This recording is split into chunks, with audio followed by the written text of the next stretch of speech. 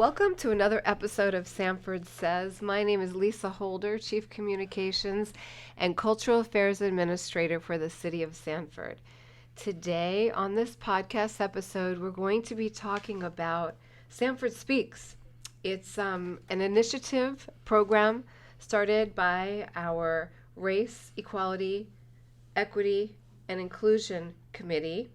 And they're here to talk about, I have two great guests. They're here to talk about what this means and what it's all about. I have Venise White here, committee member. Hi, Venise. Hello, Lisa. Thanks for having me again. And Barbara Coleman-Foster, who's the co-chair of the REEI Committee. Welcome, ladies. It's a pleasure to have you here. This is something so important, so special in this day and age and in the world in general. We're going to talk about this event that's coming up and what your committee actually is responsible for, right? Sure. Okay, great. Looking and forward to then it. what I wanted to start with is I know that you all have principles for how you treat each other when you start all your meetings, which I think it's really beautiful. And so there's 13 principles developed by the Peace and Justice Institute. And how about we take just one randomly each and talk about and just say it, and then we could start with this episode. What do you think? That sounds great. Okay, so I'll go first. I'll just pick one, number 8. And it says this: identify assumptions. Our assumptions are usually invisible to us, yet they undergird our worldview. By identifying our assumptions, we can then set them aside and open our viewpoint to greater possibilities. Awesome. Thank you. This is Barbara, and I would like to say that I was a little torn between two because I think they're very closely related, and also, especially for our Sanford Speaks events, what we're trying to promote. And that is number 9, speak your truth, and number 12, all voices have value. So I'm only going to read number 12 though. All voices have value. Hold these moments when a person speaks as precious, because these are the moments when a person is willing to stand for something, trust the group, and offer something he or she sees as valuable. Okay. Yes, one of my favorites too. When I do these principles, I always turn to my favorite, which is number 10. When things get difficult, turn to wonder. If you find yourself disagreeing with another, becoming judgmental, or shutting down in defense, try turning to wonder. I wonder what brought her to this place. I wonder what my reaction teaches me. I wonder what he's feeling right now. And Lisa, we use these principles as our practice of creating space for respect and community building. And we also will lead out at the Sanford Speaks with these principles. Oh, wonderful. I mean, this is something else. I mean, I have many more favorites. I just closed my eyes and picked one. But thank you, ladies, for that. And let's get into what we're really talking about here today is, first of all, the Race, Equality, and Inclusion Committee. What is it exactly that these Sanford Speaks are? And we do hope the public to get involved. Absolutely. So REEI has been in existence for a little more than 3 years. This is the 3rd year that we're hosting our Sanford Speaks events, and each year we have a different focus. The first year was very broad because that was the first series of events that the committee hosted. The second year, last year, we focused on policing and in our community and the relationship between the police and our community, and had a great turnout. We certainly appreciate the City of Sanford Police Department for coming out in full force and supporting that program and having open and honest discussions. And this year, we're focusing on history. The history of Sanford in general, and more specifically, the history of Georgetown and Goldsboro, both of which are historically Black communities within the city of Sanford. And so this year, our focus on history is serving as hopefully a lead-in to what we hope will be one of our major projects for this committee. Okay, great. Do you want to add to that, Venise? Yes, and the workshop goals are, and I'll just read them: foster a deeper understanding of how historic harms continue to impact individuals and communities, but not just the harms, but also the progress that we've seen over the years, all of the beautiful things that have come out of the community as well. The workshop goal is to create a safe and inclusive space for open dialogue, which we saw on September 5th. Would you agree, Barbara? With our first one, yes. Yes. For open dialogue where community members feel comfortable sharing their stories and experiences. So we did have some that were invited, but then we opened the floor for those who attended to speak from the floor to share some of their rich historic accounts of growing up or living in Sanford. And then lastly, our overall goal is just to strengthen relationships between diverse groups within the community to foster trust and collaboration, which is the purpose of the advisory committee. Okay, and so did we mention the date? It's September 18th. Yes. Okay. So this Wednesday, September 18th, we have boxed meals for the first 75 or so attendees. We start handing those out at around 5 p.m. And then 6 p.m. our program starts. This Wednesday, the 18th, our program will be held at the Dr. Velma Williams Community Center in Sanford on Persimmon Avenue. 919 Persimmon, I believe, is the address. Yes. And, I'm sorry, I have a correction. Our program's starting a little later this time. Yes, on the 5th we did start earlier, but this week doors are opening at 6 p.m. Okay. And then the program will start at 6:30, which will be ending a little later at 9 p.m. for this week. Okay. And now we do know that you need to pre-register. This is one thing. It is right? preferred. It's preferred. It is preferred if you pre-register, and you can find the event easily through the Peace and Justice Institute, which we work very closely with that organization, and their events tab. You can also find it through our City of Sanford website. Okay. A link to the Eventbrite registration. Again, registration is preferred but not mandatory. We really would just love for folks to come out and share their experiences and have, as Venise said, open and honest dialogue and learn some great history about the city. Oh yeah. Yeah, that's what I mean. We did have a great attendance last week or a couple of weeks ago, but the point is to offer more than one, because we do want people to. We know people's schedules are busy. We want people to participate, and not only you have a recommendation. You'd like students, high school age students, Yes. to participate. We want the voices of our youth, correct? Absolutely. We would love to have more young people come out and not only hear and learn about some of that history, but also share their vision for what they would like to see in and throughout the city of Sanford. Okay. And first, I want to take this space to thank both of you, really, that you are volunteering for this. I know both of you are passionate in doing this work, and so thank you again. And so this Sanford Speaks, the results of what's happening, where does that go? Where is that information? How does that get compiled? And what is the bigger picture here? And I just want to remind you all the theme of this year, and I don't know if you said this earlier, Barbara, is history, healing, hope, and the beloved community. Mm-hmm. So if you want to elaborate on that. Well, so the idea there is, now I have to go give a little backdrop. I had the pleasure of visiting or going on a civil rights history tour with the Peace and Justice Institute this past summer. And our first stop was the King Center in Atlanta. And there we saw a marker about the beloved community. And that really resounded with me as something that we're trying to accomplish here in the city of Sanford. And I tell people all the time, I love the city of Sanford. I live, work, shop, and play here. And I like to remind people that Sanford is a small town with big city amenities. Mm-hmm. And so, nevertheless, we work to ensure that we have a beloved community where our citizens feel safe, where they can thrive, where all of the elements, the social determinants of health are in good working order.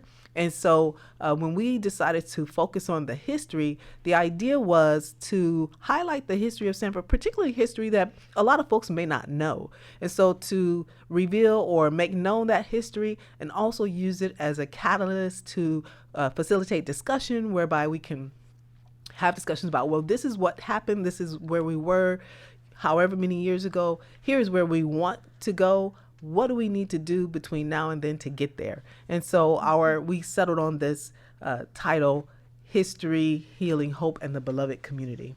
And Barbara mentioned the social determinants of health. One of the great things when you talk about communities understanding all of the factors that come into place, it's not just where you live, but as Barbara said, where you work, education system, where you play, the recreation system, the art, the sports, all of that. So last session, as well as this upcoming session, we'll have presentations about the historical accounts of the sports, Right. the Okay. arts and health, and we had some other. So we had the history, and then we did it in two parts, right? So we had a presentation, the curator from the Sanford Museum, lovely young lady, Brigitte, and I'm not going to recall her last name at the moment, came out and gave us a historical presentation, two actually. And so she focused on some of the deep history, how Sanford even came to be, and then these particular communities that I mentioned earlier, specifically Georgetown and Goldsboro. And then she came back and gave us just a quick overview, because you can't get it all in one night. You can't, you certainly can't get it all in just a few minutes, about some of the health and wellness, the medical field, the entertainment field, sports. And so your question earlier was, well, what do we do, after we have all of that history and we have all of this discussion, what do we do? So at the end of our program, we ask all of the attendees to complete a survey. And so the survey gathers a little bit of demographic information, but also gets their feedback and their input on the event itself, and what we would like to see. We asked them to envision what they would like to see for the city of Sanford. And so they share all of that through their survey. When the survey results come, we have the 2 dates, the results from the 5th that we already have, and then of course we have the results coming up for the one this Wednesday, the 18th, and the committee will take those results. It will be compiled primarily by PJI, but the committee will go through those and figure out, okay, well, what are the recommendations we want to make to our city commissioners? What do we want them to be on the lookout for, to be aware of, for them to, consider as they do the very tough job that they have of managing the city of Sanford?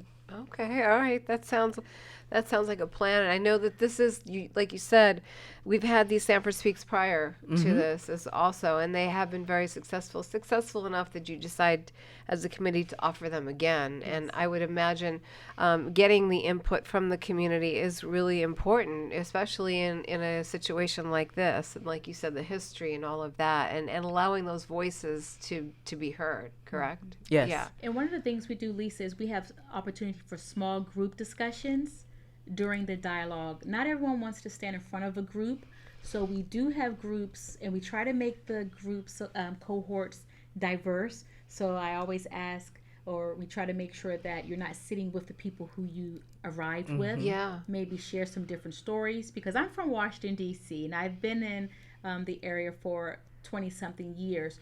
So I'm a transplant, and if you get to know people who now currently live in Sanford or surrounding areas or work here, we do have some natives, but we have a increasing residents of people who are not from Sanford, but we're learning the history.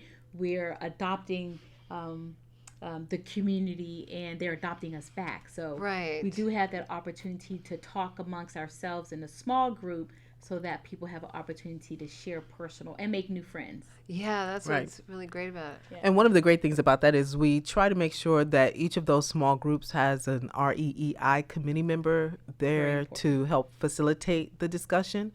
Again, as Venise mentioned, not everyone wants to speak up or speak out, but we definitely want to encourage, which again goes back to why I use the principle that all voices matter. Yeah. It's very important. We want to hear all of the perspectives. And I just want to reiterate that our program is not just for City of Sanford residents. Anyone who visits, who lives here, who owns businesses here, anyone really is welcome to come out and participate in our program. Yeah, and that's one of the reasons why we have this podcast episode, because we want people to know, share it with your friends, share it with your family, share it with your neighbors. Just come on out, really, and participate, because your voice is important. It truly is. And Lisa, we're also learning more about the history of neighboring communities who have a tie to the history of Sanford.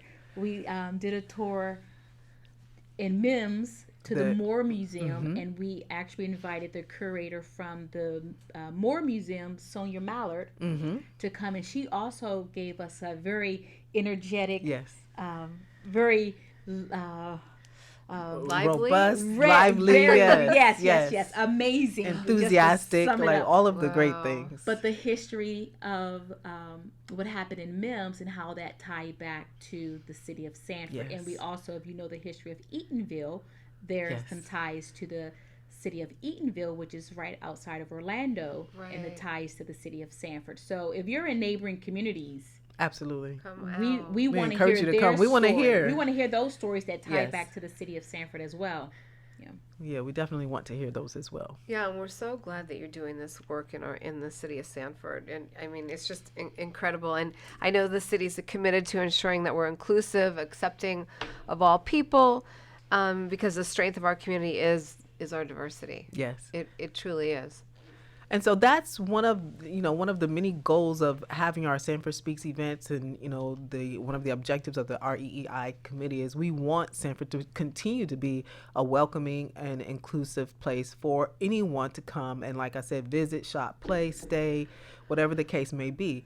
So when we have our Sanford Speaks events, or any event really, even our regular meetings, folks are welcome to come out and visit with us and share with us their experiences. We want to hear what those experiences are like in the city, because again, it's about increasing awareness and exposing people to this information. And so with the history in particular, though, we find that, well, I too am a transplant, been here a little less than Venise, but I'm just amazed at the rich history that this little city has. Right. And so and I really believe that it's important to share that. And I know one of the challenges, and again goes back to what you said earlier about getting the young people in, because we talk about the challenge of getting young people interested in the history, but I think if they have an understanding of where we've been and where we come from, maybe that'll help them to develop an appreciation for all that this city has been through, and the resilience of it, and what we can do when we talk about envisioning the Sanford of the future. Right. And speaking of that, I mean, it's going to be their city, it's generations to come. Yes. And so handing something off to a city that's been evolving and having these discussions, which sometimes could be hard. People don't want to necessarily share in a public forum like that, but those small groups that you were telling me about, because I had gone to one, it makes it very more intimate environment and stuff where and so I just, I think it's a wonderful thing. And so, of course, the City of Sanford supports this event, partnering with Peace and Justice Institute. This is a function of our Community Relations and Neighborhood Engagement Department here at the City of Sanford. I know you meet here. You have meetings where, like you said, public can be part of that. Is that right? Yes. Yes. And I believe the meetings are posted on the City of Sanford's website. Okay. Okay, so if you're and if you need more information, you can go to the city website at sanfordfl.gov to learn more about the REEI committee and, of course, Sanford Speaks. But this will be the last one for a little bit, right? So if you're considering waiting, you need to come out Wednesday, come out in a couple or of days, else you'll have to wait until next year. Right. So just think about it. I mean, if you have nothing to do this Wednesday night, or even if you do, think about like priorities, and if you can rearrange your schedule, come out and participate, because again, it's at the Dr. Velma H. Williams Community Center over in the Goldsboro community. Seating is limited, but we would like for you to try and register if you can. Yes, And again, they'll registration feed is you. preferred. They're going to feed you, right? We'll have a limited number of box meals. Yes. But we want you to, yes, that's why they're kind of asking about the registration. But yes, is there anything else that you want? So this workshop, is there anything else you want to share other than, what you've already said, ladies, which is very, very prominent and important? Anything else other than, is there another way that people can provide their input other than having these official community events? So what do you suggest? We definitely believe in the power of story, and we're partnering with some other local historians to collect those stories. I have friends who have historical accounts, but if we're not documenting to pass those stories on, the stories are going to the grave with the people. So we believe in the power of story. There's a project that they're collaborating with UCF Harper's Riches Academy. and the Georgetown Steering Committee, Georgetown Harper's Steering Academy. Committee, yes. They're having what's called a history harvest. Yes. And this is coming up in the spring. I believe it's February. I'm sorry I don't have the flyer with me today. But if you come to the session on Wednesday, there will be information about it. Yes. So there's a Okay. history harvest, because one of the things, as we talked about the history, is, as Venise said, curating and cultivating that history.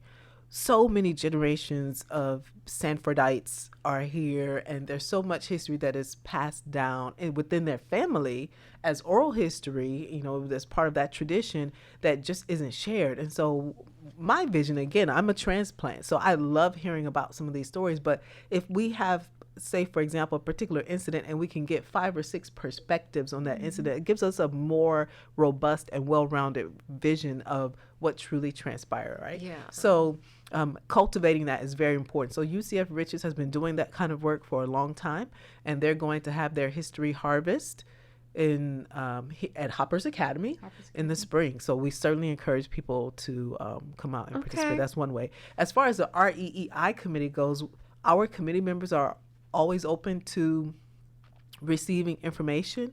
Our meetings are open to the public, so the public can come out, but we want to hear, good, bad, or otherwise. Again, it's about being aware. Nothing can be done if no one really knows what's going on. And so sharing that information, however you share it, is important. Do we have public participation at those REEI monthly meetings so people can provide feedback and all of that for you? We make space on our agenda Yes. for that, yes. Okay, good. Okay.